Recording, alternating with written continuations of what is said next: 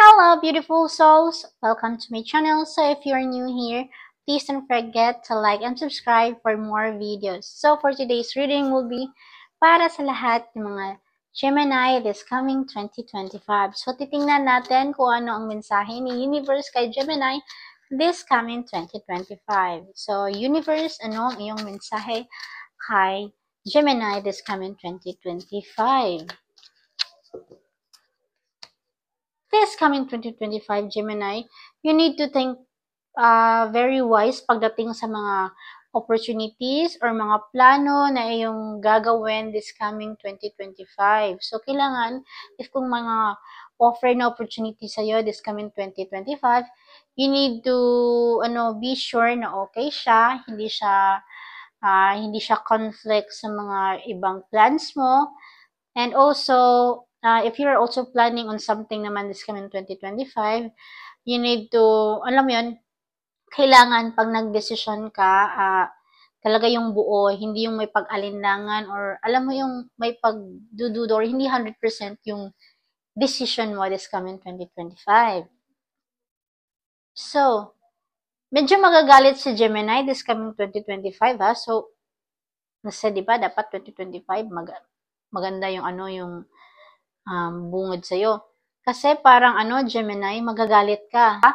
So, this year, 2024, di ba? So, kailangan, you need to be careful on spending your money this 2024 para pagbungad mo this 2025 is magiging okay siya. So, hindi ka magiging zero. So, medyo bawas-bawasan natin ng mga luho natin this 2024 para naman at least, diba, there's a new changes this coming 2025. Diba, kakasabi ko, mag-ingat tayo sa ating pera kasi baka maubos siya dahil Gemini, malaking pera pa lang yung ma-receive this coming 2025. So, kailangan Gemini, this 2024, kailangan you need to be wise enough. So, yung mga Gemini natin dyan na medyo maluho, so ating ang bawas-bawasan ng kaunti para well prepared tayo sa ating mga new upcomings na pera or anything na ma-receive this coming 2025. And also, Gemini, this coming 2025 is alam mo yung sandigan ka ng bayan this coming 2025. So, kailangan tayo ng enerhiya, Gemini, para at least, diba, meron tayong lakas na isang masangga or ma-resolve yung mga problems natin. Kasi usually kasi ang mga Gemini, they are very generous and kind people. So, kung may mga nangangailangan ng tulong or anything like that, tumutulong si Gemini na walang pag-alinlangan. And also, Gemini, kasi nga, ikaw yung maging sandigan ng bayan this coming 2025. So, you need to work out things also in yourself first para at least, diba, pag nag-help ka sa kanila, magiging okay ang lahat. And, so, you need also to be careful, Gemini, this coming 2025. Dahil maraming they will take advantage of your capabilities or anything that you are having right now, Gemini. So, kasi nga, di ba, sa Gemini, meron siya ma-receive na big amount or anything big money this coming 2025. So, maraming hihingi ng tulong kay Gemini. So, you need to be careful, Gemini, sa mga taong yung tutulungan this coming 2025 dahil baka ikaw ay i-take advantage lang. And, si Gemini, this coming 2025 is kahit parang tulog, alam mo, magkakapera. Nako, si Gemini ha, certain this coming 2025. So, alam mo yung mismong pera na yung lalapit sa'yo, yung oportunidad, sila na mismo yung lalapit sa'yo. Kaya, Gemini, mag-isip-isip ng mabuti. Alam mo yung mga desisyon na gagawin natin sa buhay or mga plano natin this coming 2025 para tuloy-tuloy ang smooth or ang positivity this coming 2025 kasi mismo ang pera or ang mga opportunity na ang lalapit sa inyo. So, kailangan buo yung ating desisyon pag mag-desisyon this coming 2025 Gemini ha. So, take note that one. And also kasi Gemini, advice ko lang din sa inyo. So, ever you are trying to do something or any decision, huwag kayong magdesisyon na sobrang masaya kayo or kayo ay galit or kayo ay malungkot, okay? Kailangan balance yung emotions and mental health natin para walang problem when it comes to our decision. So, alam mo yung walang palpak.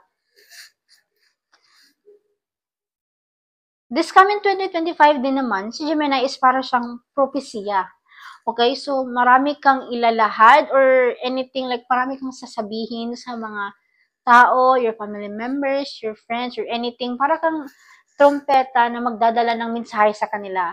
Alam mo yung positive na mga mensahe, yun yung role mo this coming 2025. So if ever may mga Gemini dyan na running for elections or anything like may mga related sa politics or anything promotion sa work, baka maging leader like that kasi meron kayong signs na magre-resolve eh. So by that parang kayo yung magma-manage or magse-settle ng mga situation. So leadership. So kaya Gemini, you need to prepare yourself on that one this coming 2025. And also Gemini ha, mukhang puro pera yung ano ni Gemini ngayon this coming 2025. Kasi magiging salaan kayo ng ano ha, ng pera para kayong bowl na may ano.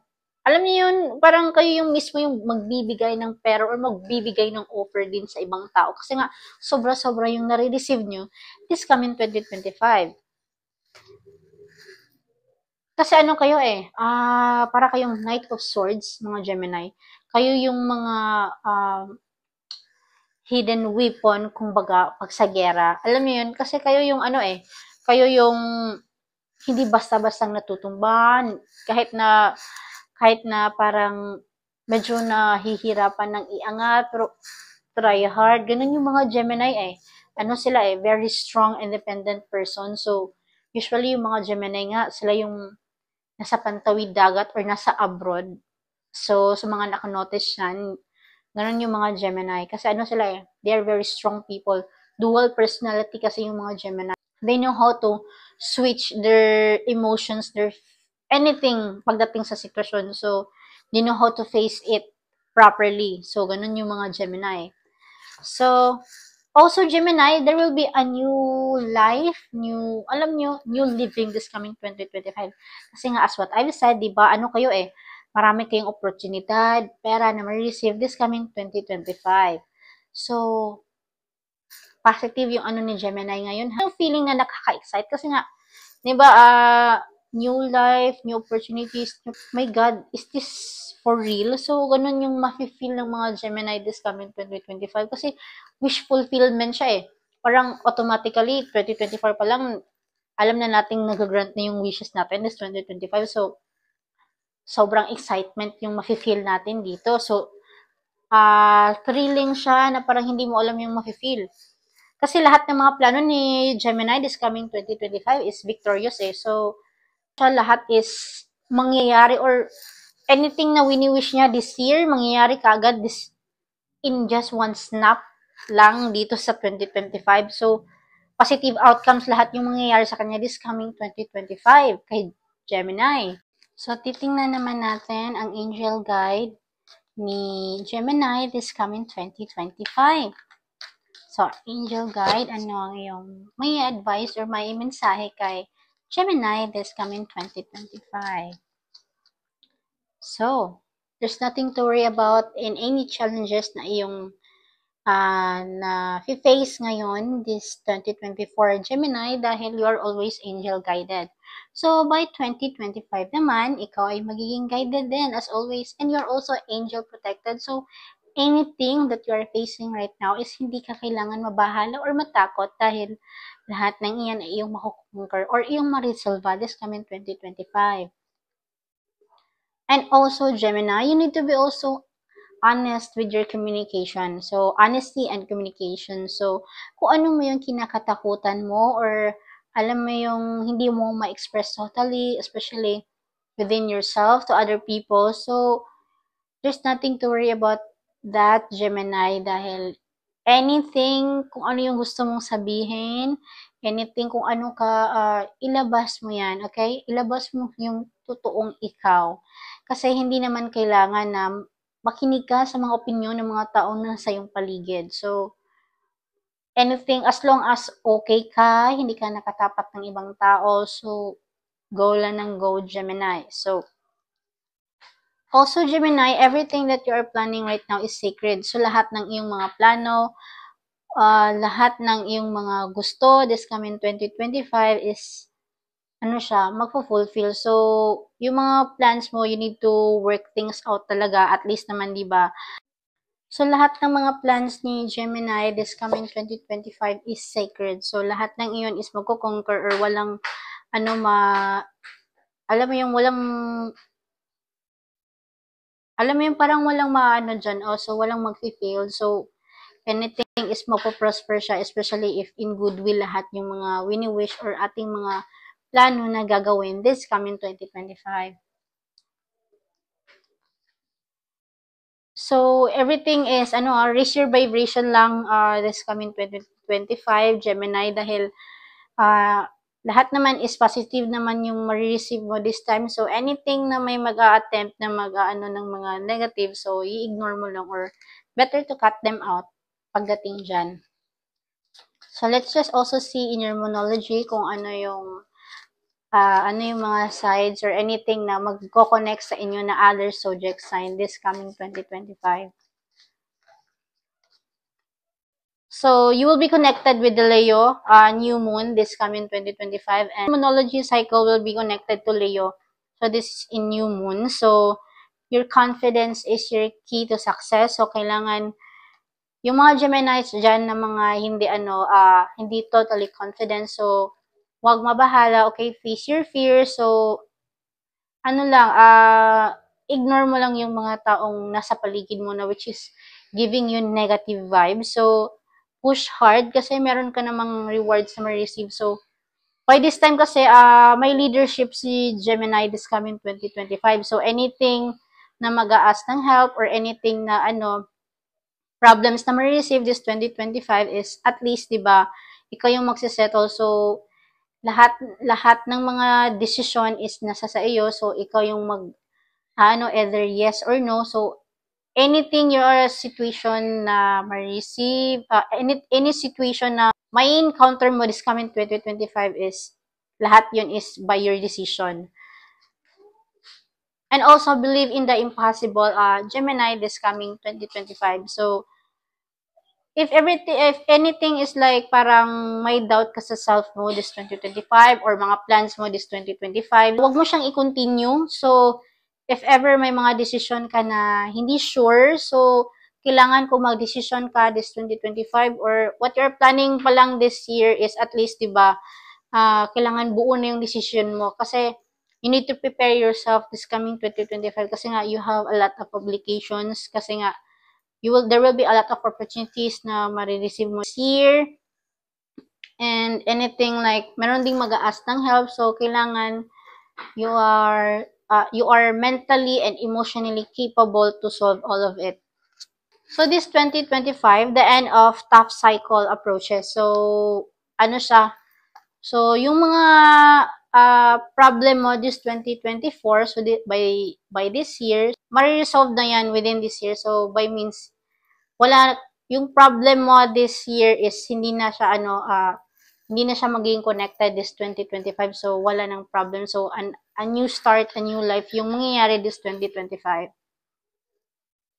So, by this year, Gemini, your commitment is being tested. So, anything that you are doing right now or anything that you are dealing right now will be, tested. So, especially yung patience mo. So, you need to practice your emotional health dito, your mental health, especially kung how to control, especially if some is having a anger management issue, parang ganon. So, kailangan stabilize na siya lahat. So, anything you are planning is kailangan magaan lang yung feeling natin, hindi yung rush. Alam mo yun? So, kailangan kalmado tayo this time. Kasi nga, your patience is being tested. So, by that, also your commitment. So, hold on your visions lang, Gemini, kasi everything that you are facing right now or anything like mga plans mo this coming 2025 is magiging okay siya. So, what you are visioning right now, okay, continue it. Especially if feeling mo is hindi siya, alam mo yung if feeling mo is hindi siya conflict sa mga ibang ibang plans this coming 2025. So, titingnan naman natin ang self-care ni Gemini this 2025. So, kasi nga, marami tayong opportunities this coming 2025. Baka, alam mo yun, hectic yung schedules, mga plans. So, kailangan, we need to also to take care of ourselves on that one para stay pa rin yung natin, di ba? Mental health or anything that we need to take care of. So, this coming 2025, Gemini, you need to ground yourself. So, if ever you are dealing with mabigat na sitwasyon or solving a problem, so, kailangan, if ever, alam mo yung mga hobbies natin or hobbies nyo, for example, mag-yoga, uh, go on somewhere, magbakasyon, anything like parang at least, diba, stress relief sa inyo. So, yun yung gagawin nyo, especially if you are, meron kayong hectic schedule ba, kumaga, or mga something like, di basta-bastang mga challenges this 2025. And also, don't forget to connect with your crystals, Gemini, this coming 2025. So, kasi nga, di ba, you will receive a lot of opportunities. So, kasama na din doon yung ibang mga negative distractions dyan. So, kailangan connected pa rin kayo. So, straightforward lang. So, anything you need to connect with your crystals. So, if you notice, if yung mga alam nila yung mga crystals nila or anything like kung ano yung mga ninyo, so, you need to connect on it.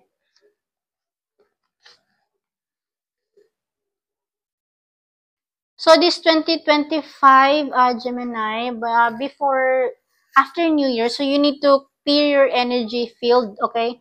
Para at least cleansing siya lahat. So, anything like, for example, this year, December, anything, may big trouble or something, mga good news or something like parang iba yung feeling, something like, alam niyo yung mga medyo may halong negative siya. So, kailangan you need to clear out those things.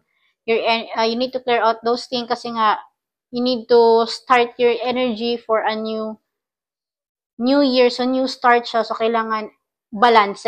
So, hindi naman sobrang umaapaw yung positive or yung negative. So, kailangan equal.